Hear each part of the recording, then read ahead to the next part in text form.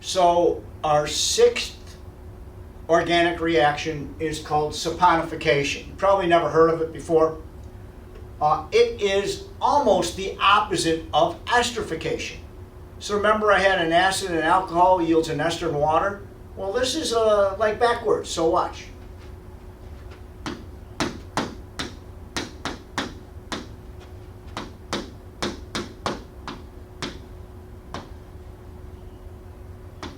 Now, I'm not going to tell you what the products are. I have a story about that. But first of all, you've got to understand most organic substances are symmetrical. So an ester, which is a fat or wax, if it's symmetrical, it's nonpolar. Got it? And if I put that in water, they don't mix. So we have to have something to try to make them mix. All right? Now, what I'm going to show you is this, then I'll tell you the story. In order to push water into an ester, in order to break it up, we have to use a base. You remember acids, bases, and salts? A base. Metal plus a hydroxide. So we are going to use sodium hydroxide.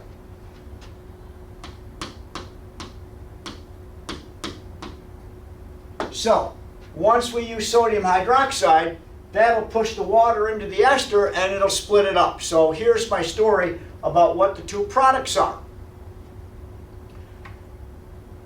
Saponification was done 1,000 years ago, but more recently, you know, when the old wagon trains went out west, here's what they do.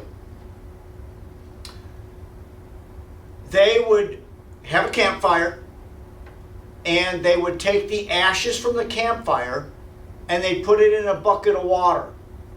And they'd leave those ashes in there for a couple days. And then what they'd do is they'd strain the ashes out and they'd have a bucket of this. They made sodium hydroxide from the ashes of a fire. And then what they'd do is, well, they were hungry along the way, they'd slaughter a pig or a goat or a cow, and they'd take the fat from the pig, goat, or cow, which is this, and they'd boil it down so it would become liquid. Then what they would do is they had a boiling pot of fat. They would put the sodium hydroxide in there. And they would boil it and stir it around and stir it around and stir it around. And they'd get two products. So saponification is named for one of the products. One of the products from saponification is this.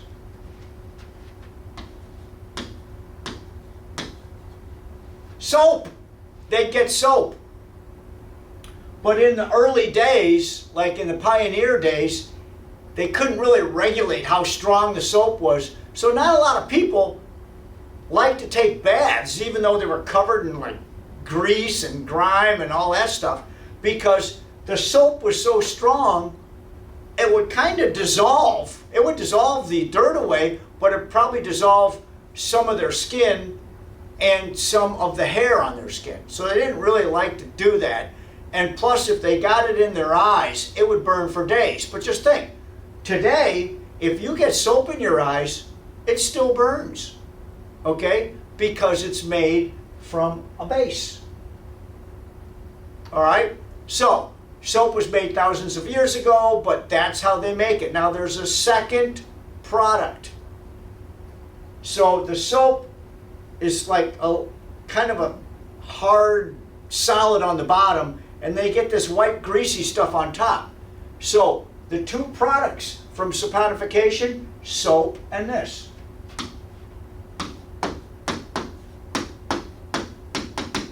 Soap and glycerin. And glycerin is used in hand soap, not hand soaps. Glycerin is used in like lotions, hand lotions, face lotions, and all that. So those are the two products. So before we do one, saponification, you take an ester in the presence of a very strong base, you boil them down, and you get soap and glycerin. Okay? And you can't miss what the soap is. But I'm going to show you right now one of the formulas for this. Okay, so here's the formula. And you won't have to memorize it, you just have to, look at it.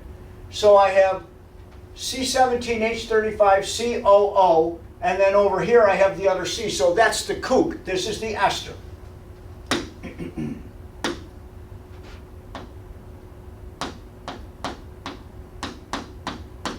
So that's the ester. So I just have that C3H5, that should be on the other side, but for putting together purposes, I put it on that side. So I have COOC, that is the ester. This is the base. Remember, I put them together, boil them up, and look what I get. I get C17H35, COO. Now, this part right here gets ripped away. So I just have this right here, and COO is a negative. And all of a sudden the negative attracts the positive sodium. So this right here, the sodium jumps on there. So this crazy thing is, that's the soap. All right? And it's got a huge C17H35. It's got a huge hydrocarbon in front. And then it's got this crazy O minus Na plus in the back. Okay? And this is the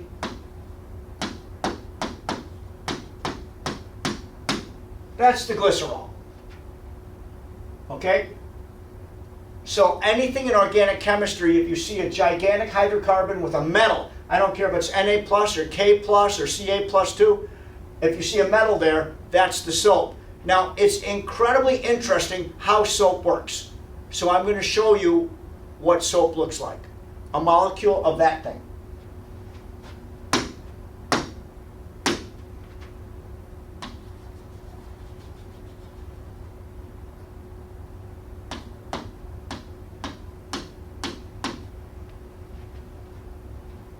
Let's just say that's a particle of grease, all right? This is what the soap molecule looks like. This is so cool.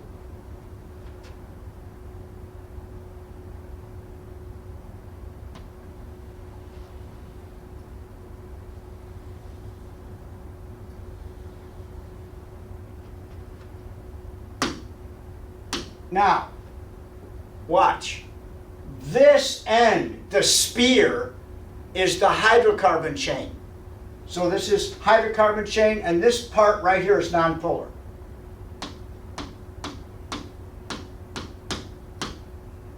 Now, don't forget, grease is nonpolar.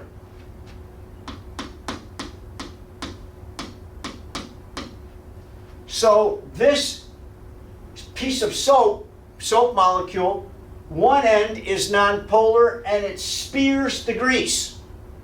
The other end has the Na plus on it. Remember?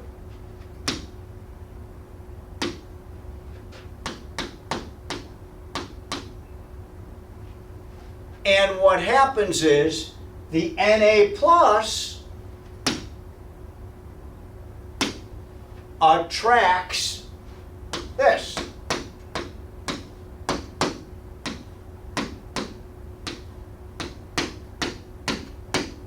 This is crazy stuff. The Na plus at the end of the soap molecule attracts the negative part of the water molecule. Okay? So the one part of the soap is nonpolar and sticks into the nonpolar grease, and the other part of the soap molecule attracts the negative end of the water molecule. So it's like this. The nonpolar end goes in there, it takes a little chunk out of the grease, the water attaches to this part of the molecule and pulls it out. So you have thousands of these soap molecules they dive into the nonpolar grease, all right, because likes dissolve, so nonpolar dissolves nonpolar grease. And then the water molecules, when you put water on top of it, it pulls the sphere, the nonpolar sphere, out. I think that's the coolest thing ever. So that's what a soap molecule looks like. Remember, there'd be thousands of them around the grease. That's how come it works. So, remember, a soap molecule has a sphere, which is a hydrocarbon chain, which is nonpolar, that goes into the nonpolar grease. And at the other end, it has Na plus or K plus or whatever metal, and it's attracted to the negative end of the water molecule. I think that is so cool. All right, that's saponification. So remember, ester plus water in the presence of a base yields soap and glycerol or glycerin.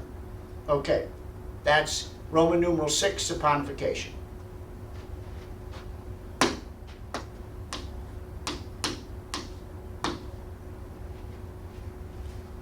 Roman numeral 7, and our final organic reaction. Roman numeral 7 is called polymerization.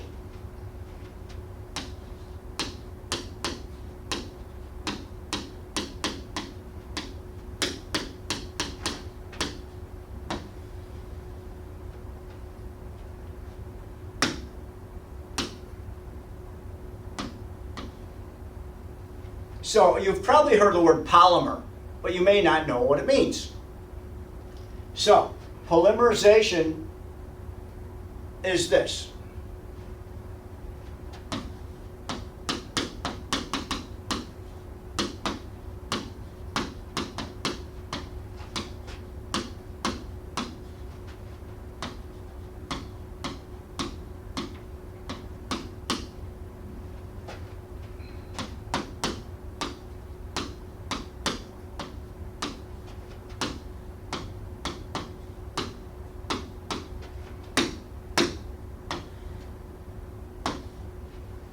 This is kind of interesting. So, a poly means many, right? So, if the putting together of many monomers, monomer means one. So, if I have 1,000 monomers and I put them together, I get a polymer. That's how it works. So, a new word for you, monomer. Like I said, I'm pretty sure you heard the word polymer before. Okay? So putting together many monomers to make a polymer. There are two ways to do this. Two ways to make polymers. Okay? And the first way, we're going to put down capital A.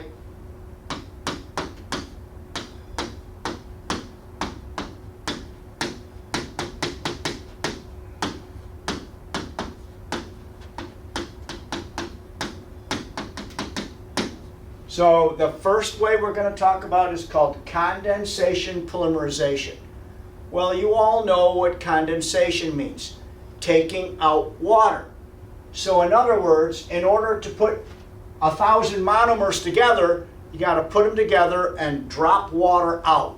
And then that's condensation polymerization. So we're going to go over one of these. The first one we're going to talk about is putting glucose molecules together. Now, a glucose molecule is a monomer. A glucose molecule is a monomer. All right? Okay, so watch. I'm just going to draw the shape.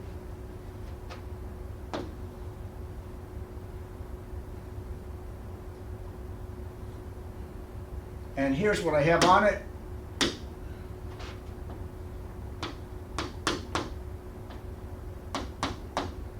I'm not going to draw all the rest of them.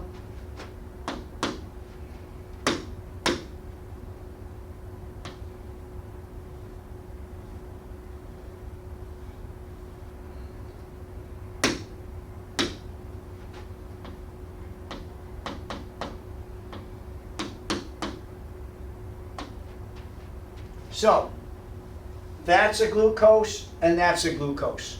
And if it's condensation polymerization, we have to drop water out. But the real name for condensation polymerization is this.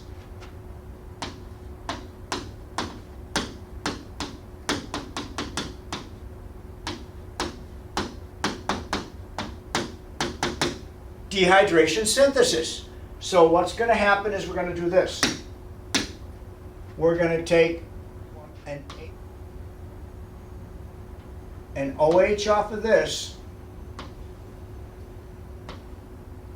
and we have that O up there. And that O is going to link those two glucose together.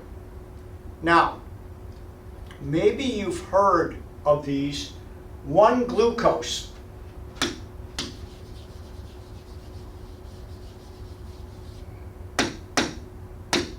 A glucose molecule is called a monosaccharide.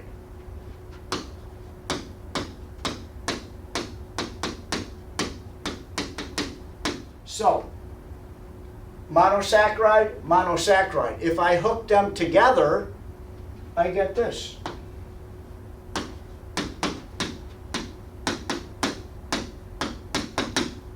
A disaccharide.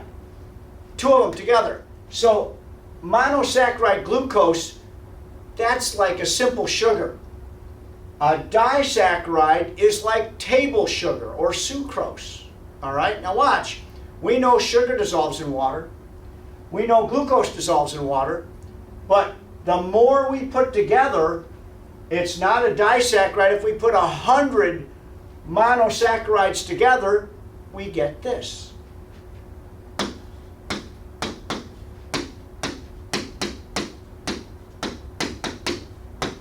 A polysaccharide. And the polysaccharide that we got when we put all these together is this.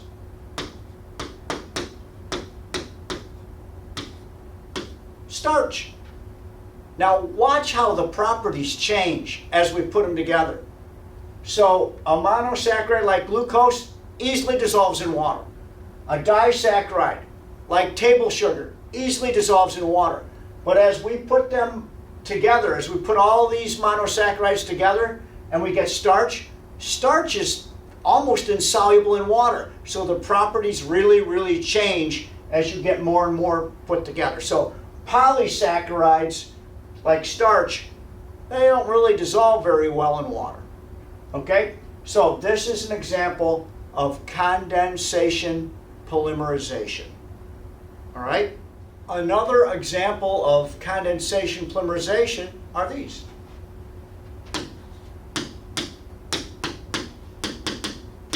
Proteins. Remember, you have an amino acid, you put another amino acid together, water drops out, and you keep on doing that.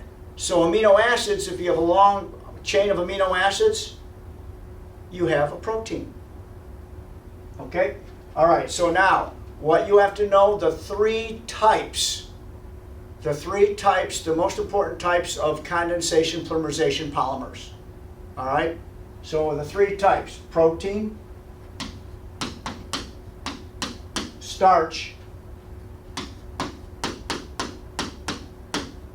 and cellulose. Those are the three main polymers that are made from condensation polymerization.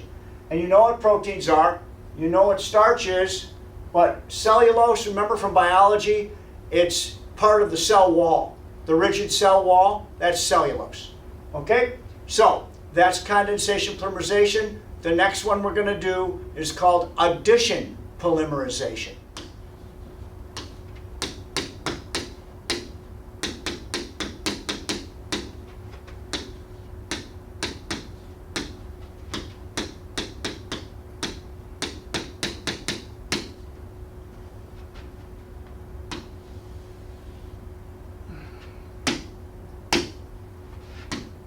Now, in the earlier part of the video, we talked about substitution and addition. Substitution, you needed saturated hydrocarbons, you got two products. Addition, you had to use unsaturated hydrocarbons, which means double or triple bond. Well, this is called addition polymerization, so we need unsaturated. Okay, so first of all, for number one,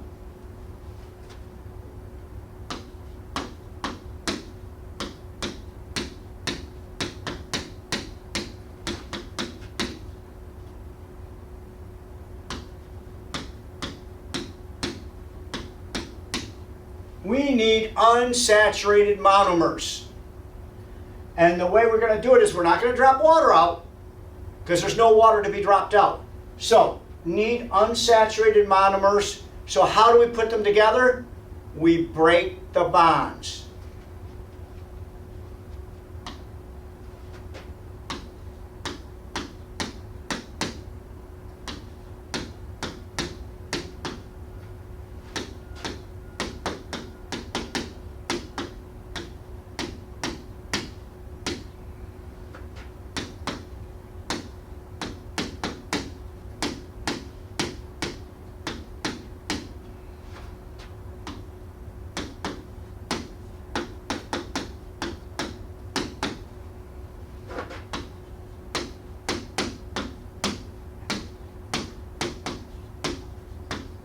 Okay, so take a peek at this.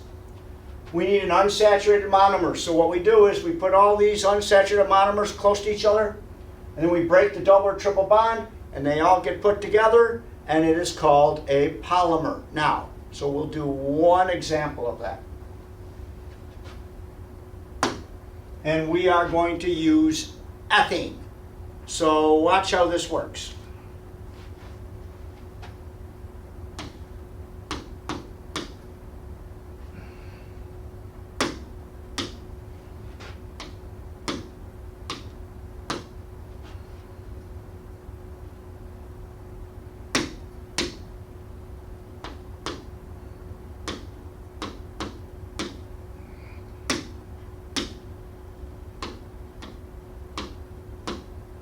Okay, so we have two molecules of ethene.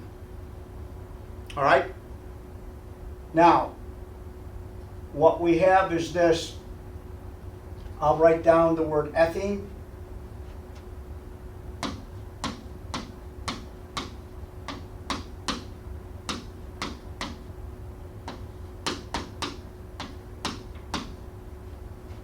Monomers.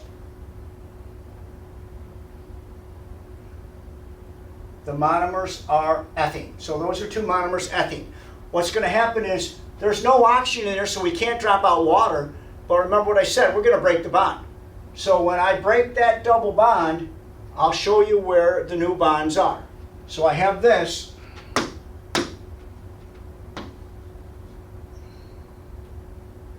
C, single bond C. Hydrogen, hydrogen, hydrogen, hydrogen. C, single bond C. Hydrogen, hydrogen, hydrogen, hydrogen. Notice that the double bond has been broken, and here's the two new bonds when you break the double bonds. There'd be a bond here, and then there'd be a bond here, and then there'd be a bond here. That's how this gets put together. And if this is called ethene, a whole bunch of these put together would be called polyethene.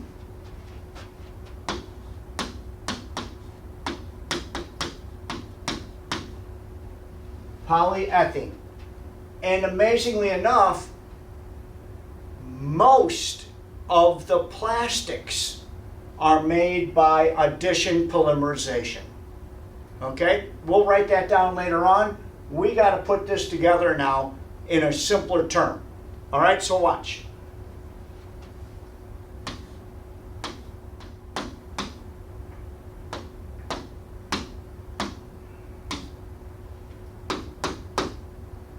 So what this means right here, the N in front means we've got hundreds of monomers.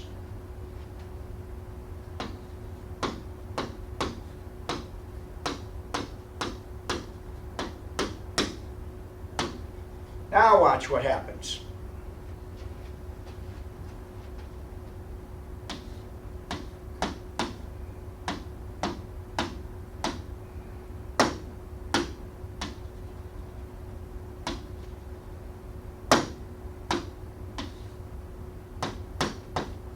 Now, look, that double bond broke into a single bond, and those are our two new bonds that go to other monomers.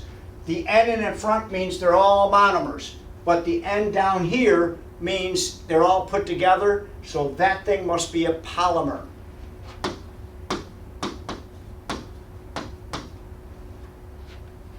So remember, addition polymerization, you got to use double or triple bonds. You break the bonds, and that puts all the monomers together. And now, the last thing, most plastics are made by addition polymerization.